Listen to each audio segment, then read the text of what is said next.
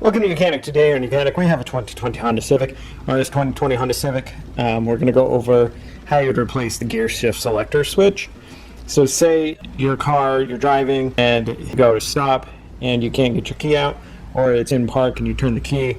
There's going to be one thing that's going to happen potentially that you may notice is if you have your key on in the first accessory, you can't turn it off, because if the gear shift selector switch, if it has gone bad, or something has happened with it, there is nothing that's going to light up on the gear shift selector. So what will happen is it'll act like it's in gear where the car won't start, but you'll have nothing illuminated on your gear selector, and you'll get to the same problem when you try to go start. It won't start, but then also when you go to turn it and to pull it out, it thinks it's still in gear, so it won't allow you to remove the key. So you may determine that it has become the gear shift selector. Now the problem is, if you hook up a scanner or anything like that, it's not going to give you a diagnosis of what has gone bad. It's just kind of rolling out by noticing the symptom that you can't get the key out. Even with the gear selector in park, you're not able to get the key out because it's not recognizing that the car is in park.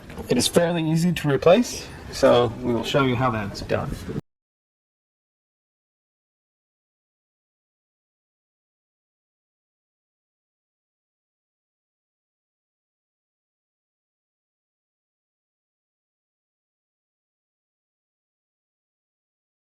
So to start with, you will need to remove a few components.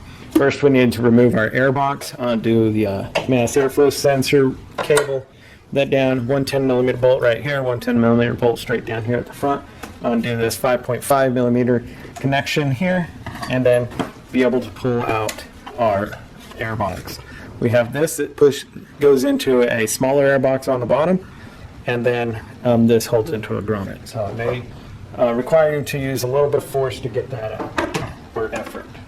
Then we need to take out the two 10mm bolts that go right through here that are holding this turbo pipe on. It goes from your throttle body to your intercooler, and then there is one electric connector right here to be undone, another electric connector that's on the other side to be undone.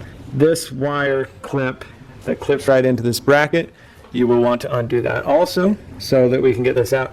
This is a vacuum line that goes right into here, clips onto here. We will also want to remove that. Once you remove all that, then you have a clamp that sits back here. You can either take the clamp off here, or you can take the one from the throttle body. There's still an 8mm wrench socket and or flat blade screwdriver to get that undone, as well as another clamp right down here.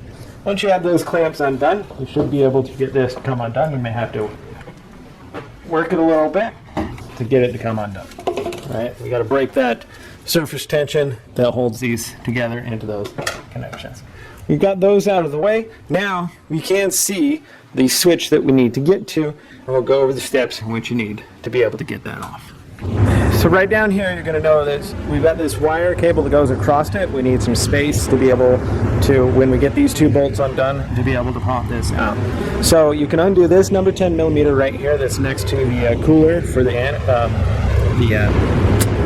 transmission cooler. These are cooling lines for the engine coolant runs through it to keep this cool.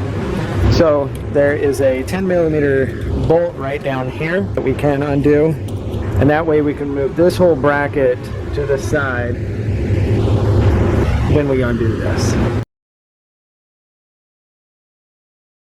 So now we have freedom of access there, and then we will want to also undo this little tab. You just got to move it up to be able to get this to pull off of this bracket. And that will give us a decent amount of space there. We can also undo this electrical clip. This is one where you got to kind of push the tab back here, and it will unclip to the back.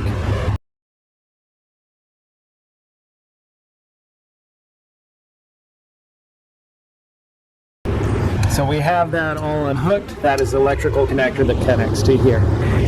Same thing, if this electrical connector has come undone for whatever reason, or something goes bad inside here and it doesn't know what gear your vehicle is in, it will not allow you to start the vehicle because it doesn't recognize. So we will also do our best visual check as it goes back into this connection over here to make sure that nothing has happened where there's no critters that have eaten that wire. So if that's the case, then like I said, we now have space by moving this to the side, and we need to undo these two number 10 millimeter bolts, and then we can remove that gear selector switch.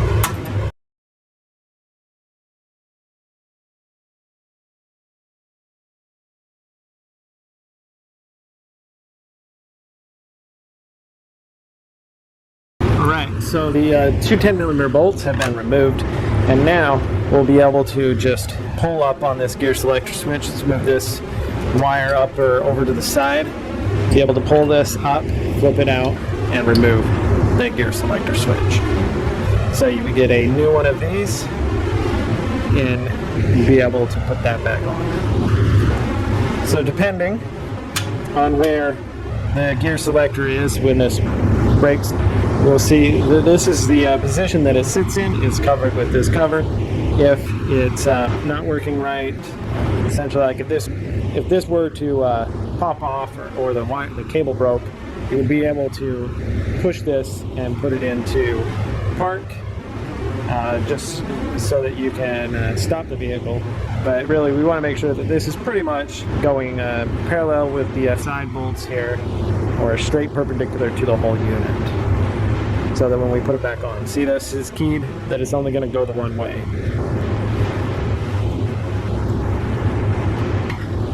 Alright, so you take your new selector switch here, be able to move that wire around enough to get where you need it to go, line up that tab, and press that down. And now we can put our two number 10 millimeter bolts back in.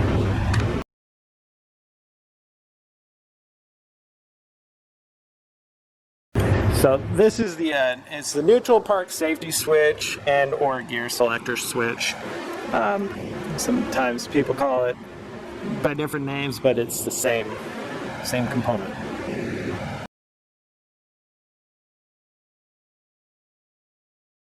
Okay, we've tightened those two bolts. Let's just go ahead and get our electric connection done here while we have enough maneuverability out of that one.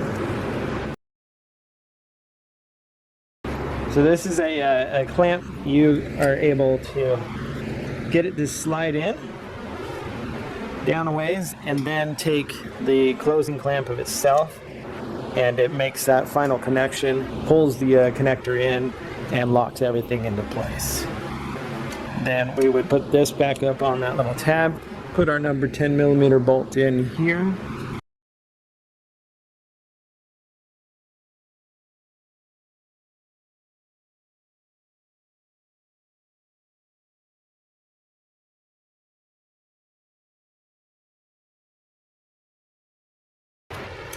Alright, that is tight. Now you would just put that pipe that goes back on for your turbo, the inlet into the throttle body, connect the electrical connectors, two number 10 millimeter bolts right up here, airbox, put that in, other electrical connectors that you need to hook up for the airflow sensor.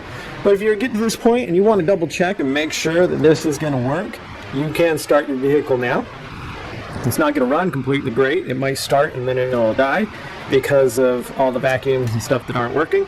But you can double check that everything works right now, and that you are getting the illumination on the gear shifter selector there after you replace your neutral park safety switch. And so you can go ahead and do that, and that would be how you would replace this switch if you have come to the determination that it is not recognizing that it's in park, or any gear for that matter, due to a faulty neutral park safety switch. Because whether it's in park, it will not start the vehicle, and you get nothing. Thanks for watching YOUCANIC, where you can be the mechanic.